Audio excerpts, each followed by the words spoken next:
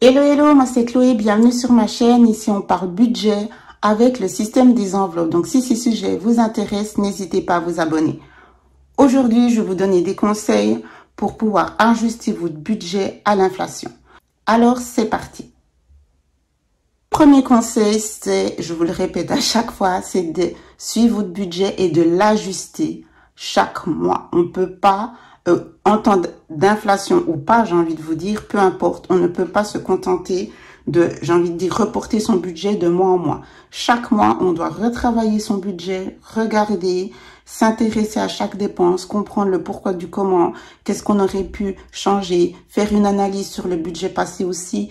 Il faut vraiment revoir, par exemple, typiquement pour les courses, le budget alimentaire qui est quand même tout de même le plus important, c'est pour notre santé, manger sainement, c'est important. Mais vraiment là, on a vu la folie des prix qui ont augmenté. Donc là, il faut retravailler pour pouvoir toujours cuisiner sainement, mais trouver une solution pour justement pallier entre l'augmentation et la qualité et les finances. Donc revoyez votre budget, ajustez tous les mois. Mettre son nez dans son budget, c'est intéressant. Faut pas que vous le pensiez comme une angoisse et comme un stress. Au contraire, si votre budget est bien mis en place, je vous ai mis gratuitement une feuille de budget. Vous verrez que c'est plaisant parce que vraiment, vous êtes à jour. Vous regardez les autres mois, vous notez aussi le fait d'écrire, de noter toutes ces dépenses, de regarder où c'est qu'on peut. C'est, en tout cas, à titre personnel, ça m'apaise, ça me rassure d'avoir quelque chose en main sur lequel je peux travailler. Le deuxième conseil, c'est de réduire les dépenses par rapport à votre train de vie. Des exemples simples, restaurant, voilà, on y va moins. Tout ce qui est lié au trajet, on essaie de faire du covoiturage, de prendre des transports publics. Je suis sûre que tout ça, vous l'avez déjà pensé, mais voilà, encore, essayez de réduire notre style de vie. De temps en temps, on n'a pas envie. On se dit ça va bien s'arrêter, l'inflation, bon ça va durer un petit moment, mais j'ai pas envie de me priver de telle et telle chose. Ça c'est très personnel, à vous de voir. Tant que votre budget y va, si vous vous plaignez pas puis qu'en fait tout roule, tant mieux. Mais à un moment donné, il faut aussi prendre sur soi, puis peut-être se dire que certains plaisirs qu'on pouvait se permettre avant l'inflation, il faut les réduire le temps pour pas après venir tout bousculer son budget. L'essentiel, si vous êtes là, c'est que vous voulez vraiment être dans une gestion financière sereine. Donc finalement, le but, c'est que votre budget, il soit toujours au top et que vous soyez dans un ça va aller mieux. Avec l'inflation, vous pouvez aussi penser, tout dépend si vous êtes propriétaire ou pas, mais peu importe si c'est le moment de renégocier le contrat au niveau des taux. C'est le moment de regarder aussi, de voir si en changeant de banque, vous allez aussi réduire vos frais, avoir des meilleures opportunités, des meilleurs avantages. Certaines banques ont des cartes de crédit qui ne font pas de frais, etc. Donc c'est aussi le moment de revoir toutes ces choses au niveau bancaire, pour justement, encore une fois, diminuer vos frais et peut-être même avoir des avantages au niveau des intérêts et que ça vous rapporte plus. Maintenant, on va parler des dettes. C'est très important de rembourser ses dettes. Je vous ai fait plusieurs vidéos à ce sujet. En temps d'inflation, ça devient même primordial de s'attaquer à vos dettes. Car comme vous le savez, le taux d'intérêt, c'est ce qui nuit à vos dettes. Ça fait double dette. Vous avez le montant minimum que vous êtes obligé de payer, mais le taux d'intérêt, c'est un double montant. Donc, vous avez une double dette. Souvent, on n'y pense pas. Je vous l'ai expliqué dans la méthode Avalanche, justement, pourquoi c'est important de rembourser les dettes qui ont un taux d'intérêt le plus élevé, parce que ça vous fait double paiement, double peine.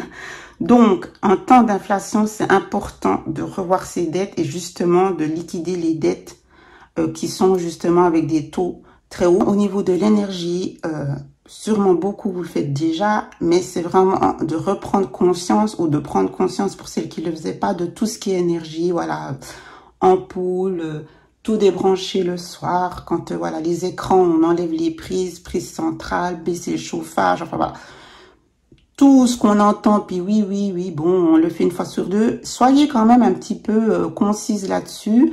Ça va pas faire des 1000 et des cents d'économies, mais ça fera quand même. Ça peut faire un plein d'essence, mine de rien, hein, si on fait les calculs sur la facture d'énergie, qu'elle soit trimestrielle ou je ne sais pas chez vous. N'empêche que c'est des bonnes habitudes à prendre. Et là, en l'occurrence, c'est le moment ou jamais de les commencer. Là, ce qu'il faut penser, c'est qu'à un moment donné, tout est lié. On a les entrées et les sorties. Si vous ne pouvez pas ou vous n'arrivez pas ou vous ne souhaitez pas trop baisser au niveau des sorties, eh bien, il faut trouver une solution pour avoir plus d'entrées. L'idée d'une augmentation, vous allez me dire, oui, en ce moment, je me vois mal aller vers mon patron vu la situation actuelle. Chacune a sa vie et est dans une situation où peut-être ça fait des années qu'elle est au mérite, que c'est le 10 ans de job et puis que c'est le moment où on va même lui fêter, c'est le moment ou jamais de demander, peu importe la situation extérieure, vous avez fait vos preuves, vous êtes là. Donc ça, c'est libre à vous. Pensez-y quand même. Si ça trotte dans votre tête, il faut aller au culot de temps en temps. De toute façon, comme on dit, qui ne demande rien n'a rien. Voilà, c'est quand même l'idée de bien comprendre qu'à un moment donné, il faut trouver le juste milieu. Soit on baisse, soit on augmente. L'idée, c'est de faire comme on peut et comme on le souhaite, mais ne pas vous pénaliser. C'est une idée comme une autre à regarder. Vous pouvez aussi augmenter en vendant des articles, en achetant d'occasion, ça c'est pour diminuer les dépenses. Enfin voilà, il y a plein de solutions pour aussi augmenter les entrées, mais pourquoi pas l'augmentation? Et le conseil le plus important pour que tout ceci soit fructifiant, c'est que vous soyez toujours concentré sur votre objectif, qui est le vôtre. Donc, c'est bien beau de dire on diminue, on machin. Tout ceci, ce sont des maths, ce sont des chiffres. Il faut que vous mettiez de l'émotion. L'objectif, un post-it, des petits mots de motivation dans vos classeurs, une idée, voilà, ça peut même être des vacances dans quelques temps, quelque chose, ou justement, toujours cette idée d'épargne, de sortir de votre situation, d'un ça va aller mieux. Votre objectif sera la clé pour que tous ces conseils se mettent en place dans une régularité et une constance. Donc vraiment, mettez-vous un objectif. Vous devez vous dire, en fait, je le fais pour moi. Je le fais pour ma sérénité. Je le fais pour un aller mieux. Je le fais parce que j'ai envie d'épargner plus, parce que dans 2 ans, dans 3 ans, je vais me faire un grand voyage. J'ai un rêve de ci, j'ai un rêve de ça. Mettez-vous un objectif, peu importe lequel. Ça va vraiment vous aider à tenir et à avoir en fait l'intérêt de tout ça.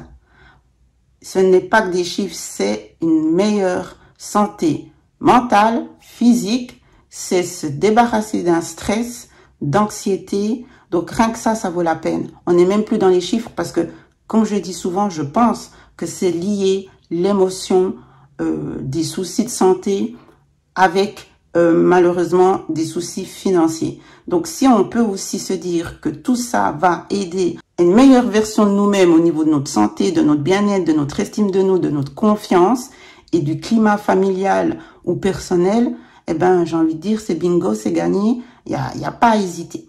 Donc, j'espère que ces conseils vous donnent du baume au cœur pour gérer justement cette situation. On est toutes dans le même bain. Donc, je vous envoie tout mon courage. Je vous dis à bientôt. Merci de vous abonner. Je vous embrasse. Ciao, ciao.